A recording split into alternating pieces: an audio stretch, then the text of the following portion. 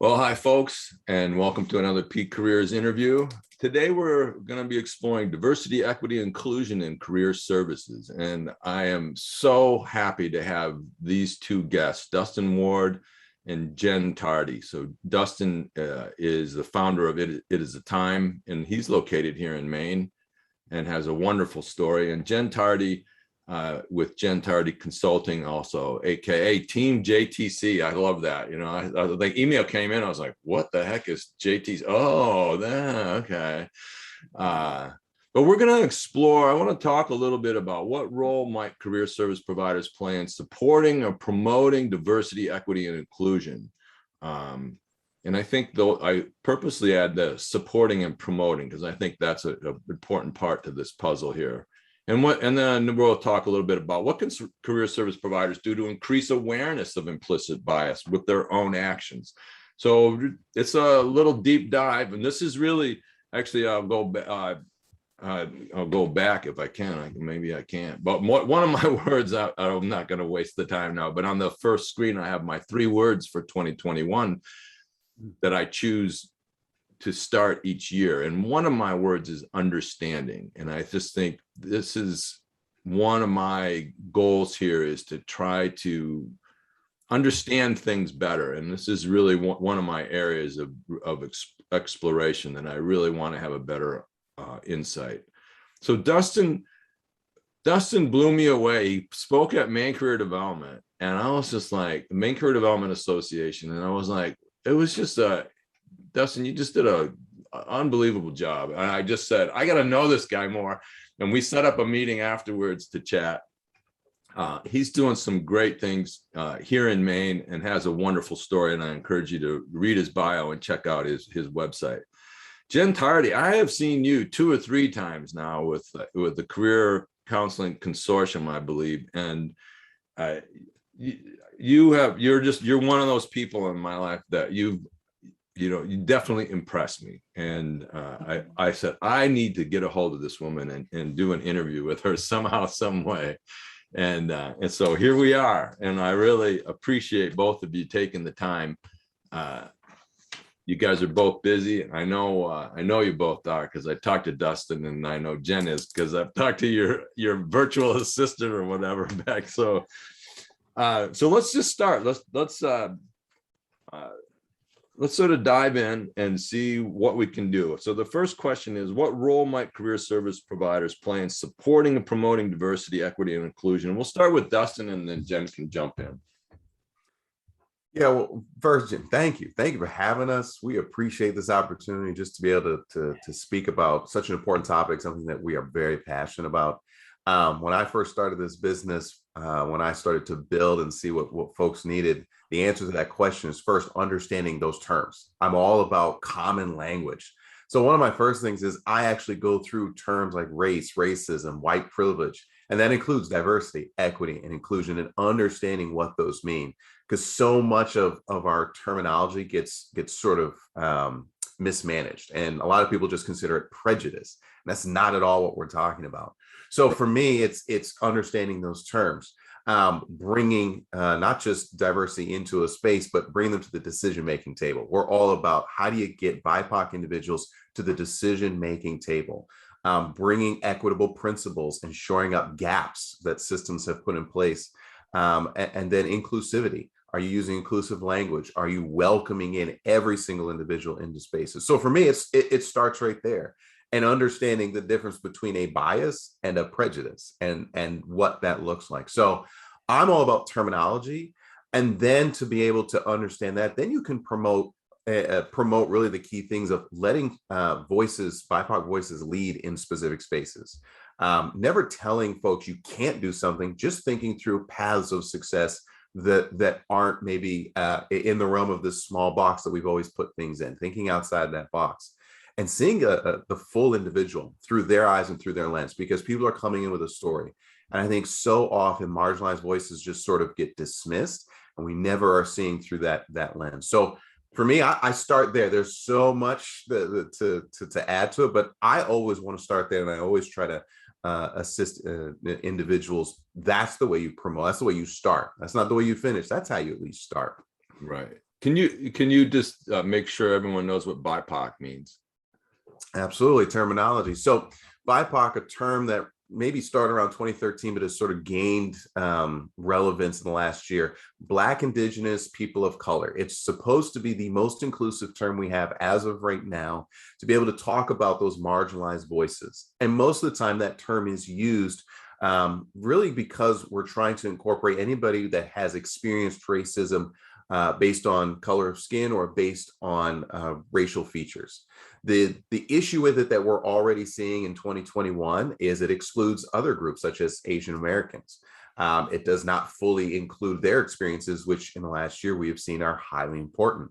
So although that term is sort of used in everyday language now, we still have to talk about what is a more inclusive term to discuss the issues of diversity, equity, and awareness based on terms we use. So again, it's all about inclusivity. So even I am sort of working with folks to say, well, this is the term that's out there, but are we using the most inclusive term, and is it really expressing what we want?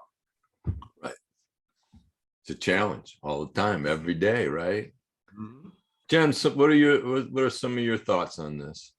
So first, thank you for having me here. And anytime I get a chance to just sit and have these great conversations, I soak it all up. And Dustin, I'm already a fan. You've already started saying some of the things that I love talking about, like common language, a baseline of common language to use, because I found that that people will lean out of conversations if they feel like they don't have the right language to use. So some of the most empowering things that you can do is to give someone the language to use. So I just wanted to say I absolutely co-sign that.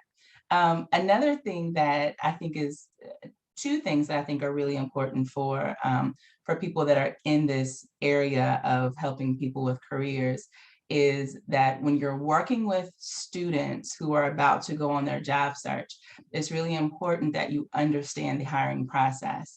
But more specifically, what are the hurdles that marginalized groups face as they're trying to get into companies, and then once they get hired, to get ahead once they get in there. And so the more that, as a career coach or a career development person or someone who's supporting students in finding jobs or even alumni, the more that you understand those hurdles, those obstacles that they face, and that you can actively help them to navigate them or even proactively help to navigate, then that's a big thing. So that's number one. And then I would say the second thing is when we switch gears and begin talking about employers. Employers constantly want access to your students on campus. And then we begin thinking about, okay, so what is our role when we are working with employers, because we're thinking about being easy to do business with. We want more employers to come to our campuses to want to meet with our students. But there's also still that layer of, I need to make sure that our students, when they're going to do internships, that they're doing them in safe environments. And so as I'm talking to people in this profession, I'll say things like, hey, have you ever suggested to employers to sign a commitment? So a commitment based on these factors that, I commit to creating a safe environment for all of your interns from your campus by doing X, Y, and Z. And then on the other end, are you also checking in with the students when they're coming back to campus after those internships and really asking them what was their experience?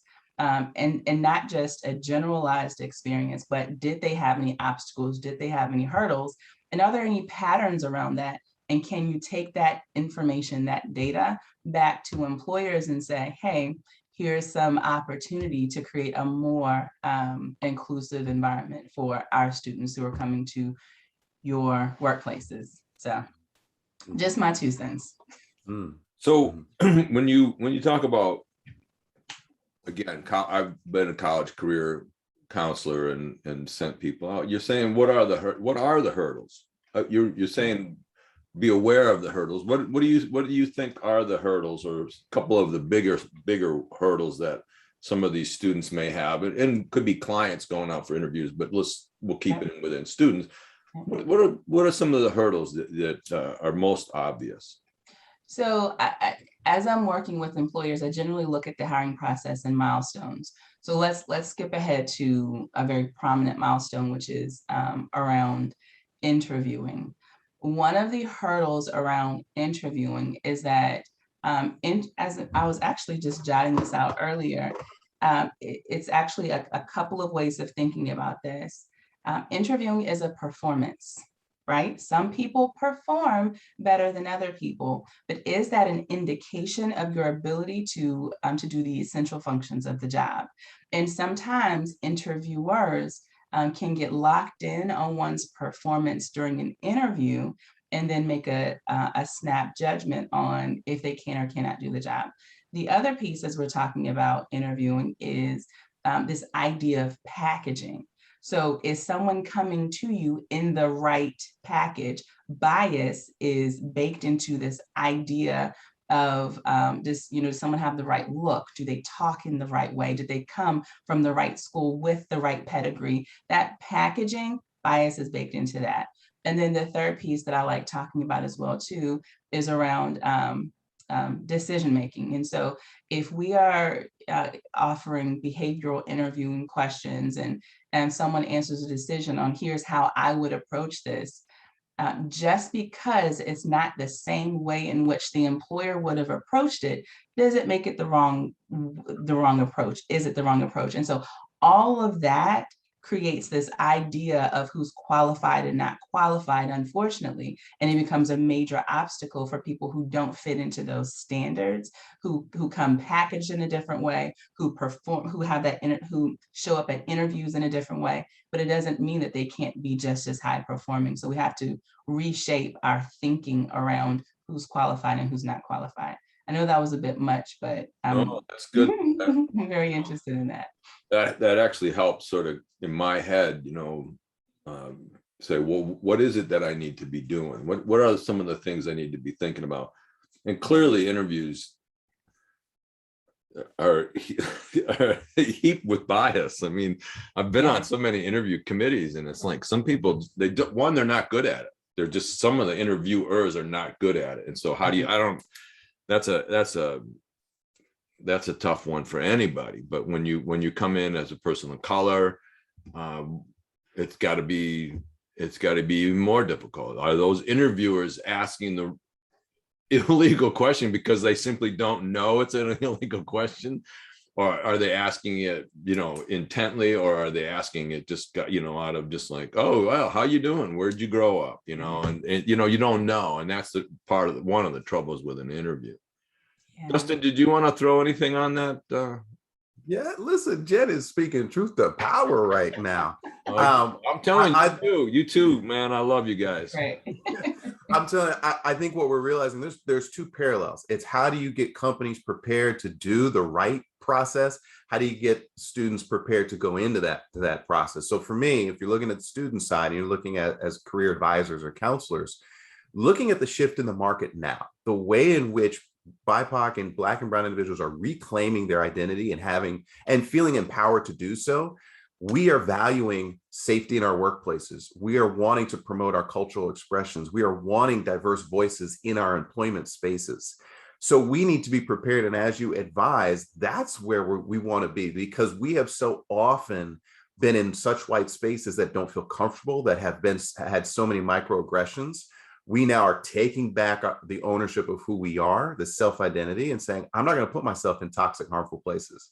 So you got to recognize that's important. It's not necessarily about money anymore, although that is very key. It's about, where am I going to feel safe? Where am I going to culturally be able to express who I am in this world where we are now recognizing our identity and who we are. So if that's on the other side, companies need to be prepared for that. So you talk about an interview process.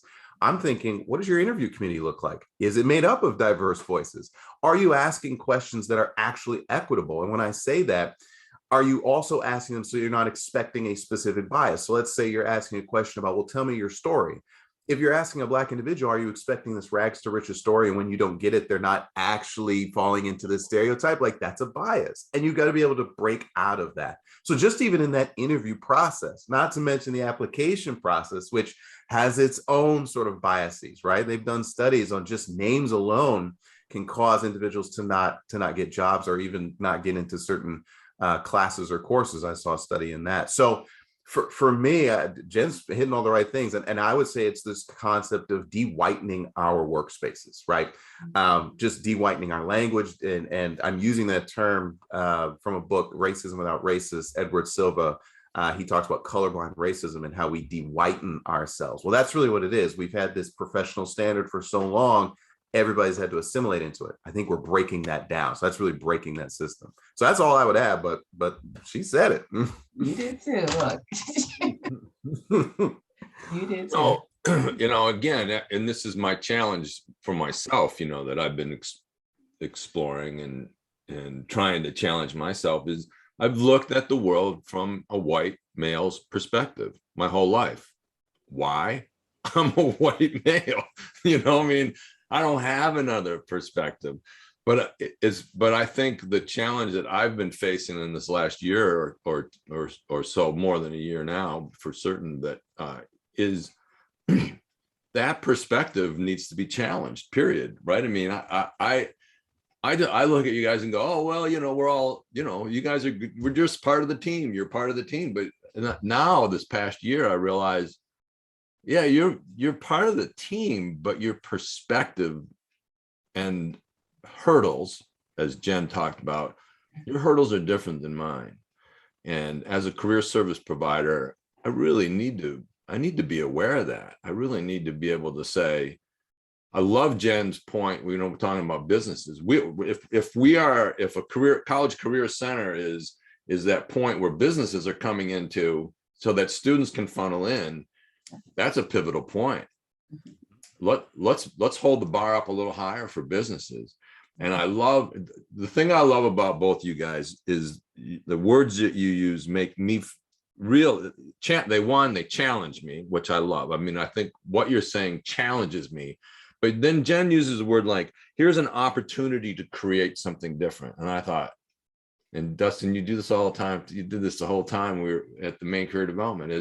It's not black and white, and it's not like you're bad, I'm good. It's like, let's get some feedback from the students. And the students said, well, there wasn't that they didn't feel safe, but they didn't feel as comfortable as they would hope. They thought there would be blah, blah, blah, whatever it is. Well, I got to take that information and use that and say to the businesses, you know what, here's some feedback and here's an opportunity for you. It's just so much more optimistic, but it's still dealing with it. And to your point, Jim, my style for teaching and training is it is very easy in this space, and you probably experience this a lot too, Dustin, with when you're teaching and about these topics, people can get really caught up and distracted in their own emotions, right? And when you're really caught up in the cycle of your own emotions and how you're feeling, and the guilt and the shame and things like that, and this is everyone, it's really hard to move the needle. And so I'm very intentional about the words that I use so that we keep the conversation moving forward. We all understand that, where we're coming from and what's taken place. Let's begin talking about the action. But there are other people who are doing the work of, let's address the guilt, or you don't get to have guilt, and that's great. There's a space for all of us in this work. But in the work that I'm doing right now, it's really about, okay, we're going to make these commitments, right? That we all have something to say. We respect each other's thoughts and all of this other great stuff. But let's get to the work so that we can move the needle, so that we can make a change overall too. So it's very intentional, the approach that I take, and it sounds like you as well, Dustin. Yeah, absolutely. So I always am cognizant that people are, when I bring information, especially historical information, guilt and shame, first, those were the two words I was thinking of as well. And I want to allow people to have that for a moment. I say, you can't stay there like that, right, because that won't lead you to the allyship and the activism that is required to move this work, because you'll always stay stuck in the self. You'll never be thinking of others and marginalized voices. So like you said, there's a space for that, and that's okay. And usually in the beginning parts of my trainings, I expect that, especially when you talk about terms and people are sort of shocked in that, and then you bring history into it and there's that shock. By the time we get to systemic racism, we've gone through that guilt and shame, and now it's sort of like, I need to do something. And I love that, because our three pillars are learn, think, act. You got to learn and understand where your origins are before you can even get to action. Then you need to empathize, personalize. Then you can act. Well, the guilt and the shame sort of comes from the learning. But if you can get to empathy and really understand where marginalized voices are coming from, now action can stem from that. So I'm with you. Like there are places for that, and Yes. emotions can be okay. But to just stay there and to always keep running on that sort of negative emotion doesn't give you positive movement forward. And that's what we're about. Like both of us, I'm sure. Right. We want movement forward. We don't want things to stay the same and just harp on the same old, same old. But we've kind of we're sort of leaning into my next question, and that is, what can career service providers do to increase awareness of implicit bias with our own actions? And so I'd like to. We're dancing around both of those questions throughout, but Jen, your response or some thoughts on that one, please. Yeah, so first, two things I like to say. One is understand that people have a different experience than you, right? Even in this room, I have a very different experience of life than even you, Jim, and you, Dustin. So like the very first idea is understanding that my lens of seeing the world isn't the only lens of seeing the world, and kind of entering from that space right there. And then the other piece that I often teach about is checking yourself too. Mm-hmm. And I talk about how, and Jim, you may have heard me mention this before, the idea of checking yourself, that when I first started entering into this work of, diversity and inclusion and social justice and things, one of the things that our trainer said is that as you enter this space, the first thing you do is check yourself. And what she meant was really doing a self-evaluation. In what areas do you feel resistance? Right? So as you begin to talk about these topics, where are you feeling your own resistance? And then getting support around that resistance. So going back to our earlier conversation, if I feel resistance in entering the work, right? Is it because I don't feel like I have the right language to use? And I feel like, I don't know whether to say African American or Black, and I don't want to say the wrong thing, and I don't want to get the company in trouble and get us all sued, and they're going to cancel me, right? And those are real feelings. And right. So then I don't say anything. And you don't say anything. You don't, and not saying anything, you don't even lean into the work. And so, but being able to recognize that is where your personal resistance is, then you can say, oh, okay, I don't lean all the way into this work because I don't have the right language. Where can I go to get the right language, right? Or, and I tell leaders all the time, sometimes dealing with your own resistance means going to get therapy. Maybe there's some therapy, or maybe there's some additional learning that you need to do. And I remember when I first entered, when I first entered this work, I started feeling resistance around the conversation around people with disabilities. Okay, and what tends to happen is we get locked into the emotions, and most people never make it out. Most people never say, why do I feel resistance around the topic of people with disabilities? Because it wasn't, for me, what I perceived to be a firsthand experience in my life growing up, being close and connected to people with disabilities, until I began doing my own research and my own work. And then what I realized is that in my community, there's, so when you're thinking about mental illness as an example, lots of it goes undiagnosed. And so it was just, cousin Sharon or Aunt Priscilla, it's just who they are and how they are. But the more I started understanding that these experiences are within my lived experience, and I started connecting it to my family, those things personal to me, then that resistance started fading away. Okay, now I understand the world of, disability and how there's so many facets to it, and now I can lean into it more. Does that make sense? I love, and it starts with awareness. Starts with, like you say, challenging yourself, checking in, and just sort of going. It was like what I just said earlier. What if my perception of the world isn't really what everybody else is getting, right? It's like, holy smokes. Right. People don't think like me, right?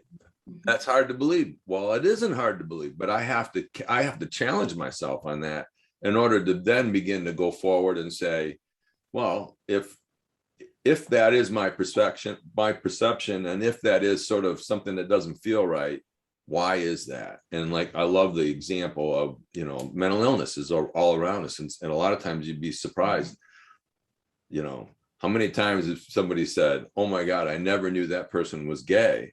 Well, so what, right? I mean, but you didn't know it at the time, you know it now. It doesn't change the person, right? And it's a checking yourself and in your perception and saying, just because you can't see it today doesn't mean you can't see it tomorrow, right? Yeah. Dustin, your thoughts on this?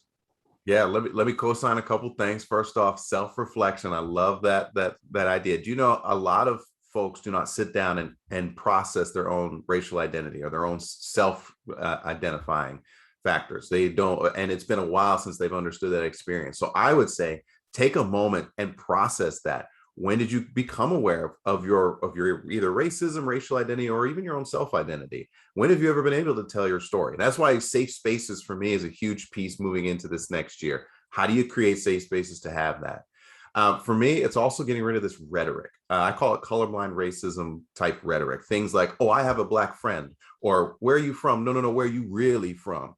Those things in our everyday spaces that have got to we've got to lessen them. And again, creating those safe spaces will allow people to say, well, am I saying that wrong thing? And good spaces will allow people to say it and learn from it and to acknowledge it instead of, like you're saying, not be silent. And what we're all sort of talking about is we need exposure. I think the biggest resistance I got over the last year was, well, there's not a lot of Black folks in Maine. So how am I going to do X, Y, and Z? But there are folks here in Maine, and data has shown that there is a shift in racial diversity even here in this state. So I know there are other cultures and places to be exposed to something other than the world we live in. And that's what we're talking about, is how do I expose myself and get myself in cultural spaces to learn? And I think that's a big thing for me, is begin to listen and hear, not jump to commonality. So many times when people are trying to talk with me about my story or about how I've grown up, they try to make a point of comparison. Like, oh, I have this story that parallels with yours. And it's like, before you do that, have you heard me? Have you listened to me? And so many times that moment actually turns into a microaggression, turns into a moment where I'm feeling undercut because I'm not being heard or I'm being devalued. So begin to listen and hear and understand someone before you sort of jump to that parallel. A couple other things I would add: normalized diversity. I tell a lot of my folks, just normalize it. Stop normalizing whiteness, normalize diversity. It's going to be coming, and it's already on its way, especially here in places that are very majority white. But just normalize it now, because it should create that world around you. And then I say, for a lot of folks, give up control. I think that's a big thing that people have not processed well. What would it look like for especially white individuals to give up control in specific places? And I think, and I've done a lot of book groups who we've had some great discussions, that's probably one of the hardest places that they go, you know what, at the end of the day, that's difficult for me because I'm so used to being the dominant culture or in control or at the forefront of everything. That's a spot where people sort of need to take that self-reflection and say, where can I sort of give up where I've always been the one running? Where can I follow and support my fellow brothers and sisters? So I think those are just a couple of add-ons, but Jen's, again, truth to power. Like, I think those are some great ones as well. Yeah. I really like the normalized diversity. I really like that. I talk about that in diversity recruiting, and how I don't really like that that we have to say diversity recruiting, but we have to give it a platform to make it normalized, and that eventually we'll know that we're heading in the right direction because it becomes recruiting, always with the lens for increasing diversity. But until it becomes that, I'm going to always have to give it its due, its platform on diversity recruiting. So I like what you were saying. Mm-hmm. Yeah. And I mean, those are great points. I mean, and I just think, wouldn't it be great someday where, really, truly color doesn't matter, and that's, but right now it matters, Jim, I'll say this, maybe that color doesn't matter, but how is it elevated to the way of being appreciated? I think too often we're sort of saying, well, I don't want color to matter. And too many times we're saying, well, I don't see color. Those are in that same lens. What we're really saying is, how do we elevate the beauty that we have of the differences that we all operate from and appreciate each one in its own space? I think that's the better language to use, because I don't want to get away from my racial identity. I don't want to lose that, and I'm still processing it. Like, I'll be a little vulnerable. I'm still processing. Light skinned brother out here, I'm still processing what that means. But I will say that I want to be valued for that too. I don't want that to go away, because too many times I've been in spaces where it has. I've been seen as just like all the other white folks, and that devalues who I am and the processing I've gone through in the 30 years of trying to figure out what does this conversation look like. So, not to say you're not saying it wrong. Let's just say it differently, where we're elevating and appreciating the identities and the racial identities that we bring to the table, and not just those, the other self-identities that we bring in, that can range the gamut. I think that's what we're taught. That should be normal for us. That should be a part of our everyday workspace. Yeah, and that's why that term normalized diversity, where it just becomes normal. And I love that. That's a great term.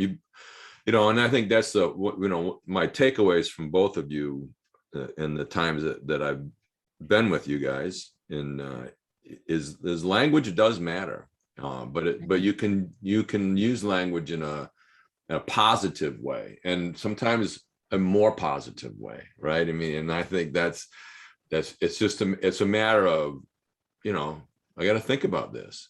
Jim Peacock needs to think about this. Jim Peacock needs to take this back. And for me, when you talk about listening and hearing, and then checking in with yourself and self-reflection, to me, that's why I try to journal every day. And it's one of the reasons I blog, because once I put it in writing, it's like, wait a minute, that was my thought, that you guys didn't know.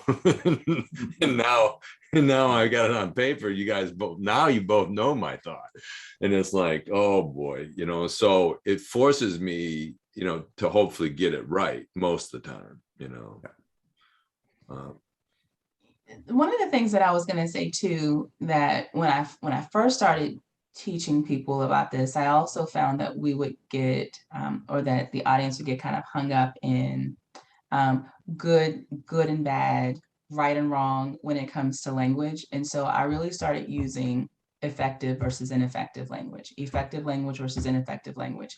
Is the language moving you in the direction that you want to go?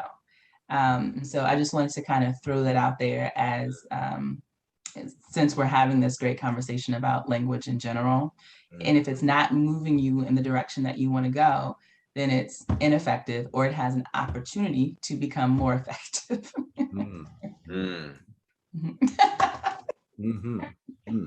Well, this plays so much into my one of my three words is understanding. And I really, man, I just I don't want to end this interview, but my goal is always to keep these to 25 to 30 minutes, but I don't want to end it. But how about we just say any other thoughts for career service providers, any, resources or actions other things you might suggest for career service providers as we do our work and work with companies and work with clients and students? Any final thoughts? Well, I'll kick it off. One of the things that it's very important to understand is that just as important as a leader has a central role in helping to increase diversity, recruiters have a central role in helping to increase diversity, career counselors have a central role in helping to increase diversity, whether or not they know it or recognize it. Because the moment that you are on the front lines and you have the power to help to create access for more people to opportunities, when you're in positions like that to do it, it's important that you understand that. And so, to whom, great reward, great responsibility, or something like that is the message. But I want to end this conversation by being able to say that I want you to know that you also have a central part. Everyone in this space has a central part in helping to create more equitable opportunity for people to get more jobs that influences the money in their pockets, the money in their homes, the homes in the community, and just overall economic power. So I'll leave it with that. Thank you. Dustin, I'm not I am not going to go over that. Don't do it. Don't do it. Let me co-sign. Some people don't realize the power that they have. Yeah. So you can be part of the activism in the space and sphere of influence that you have. That's Jen, that's what you're saying. Just always be cognizant. You don't have to go out and do X, Y, and Z. You have the power to do it now. That's all I'll say. Absolutely. Well, you two are amazing. And but I'm going to have to I do try to keep these to 25 to 30 minutes. I have no idea. I've lost track of time, but anyways, thank you folks for hanging in there watching this. I'm Jim Peacock with Peak Careers Consulting. Started Peak Careers with the Facilitating Career Development class, added on online discussion-based seminars on a variety of career topics. I have workshops, individual career coaching, and I'm the author of a field guide for career practitioners. And actually, I thought I changed this. The Adventure of Finding Me in New Zealand actually came out a couple months ago. I thought I changed that. I don't know what's going on here, but that's the field guide is indeed for career practitioners. The Adventure of Finding Me is a story, not a story. It's my journals from a year of traveling, which was primarily in New Zealand, and included a near-death experience. I actually literally died and saw my life pass before my eyes. Got caught in a flood in a valley in the Fiordlands of New Zealand by myself. So it's anyways, that is indeed out there. But if you are a career practitioner or someone else who delivers career services, feel free to sign up for my weekly career emails, and you will get the top 10 tips of working with an undecided person. You can connect with me on all these different places for social media, but I'm hanging out mostly on LinkedIn. So, I mean, you'll find me in these other places, but LinkedIn is my go-to. Listen, thank you, Dustin and Jen, so much. Really appreciate having you both here and hearing your thoughts, and love what you both are doing.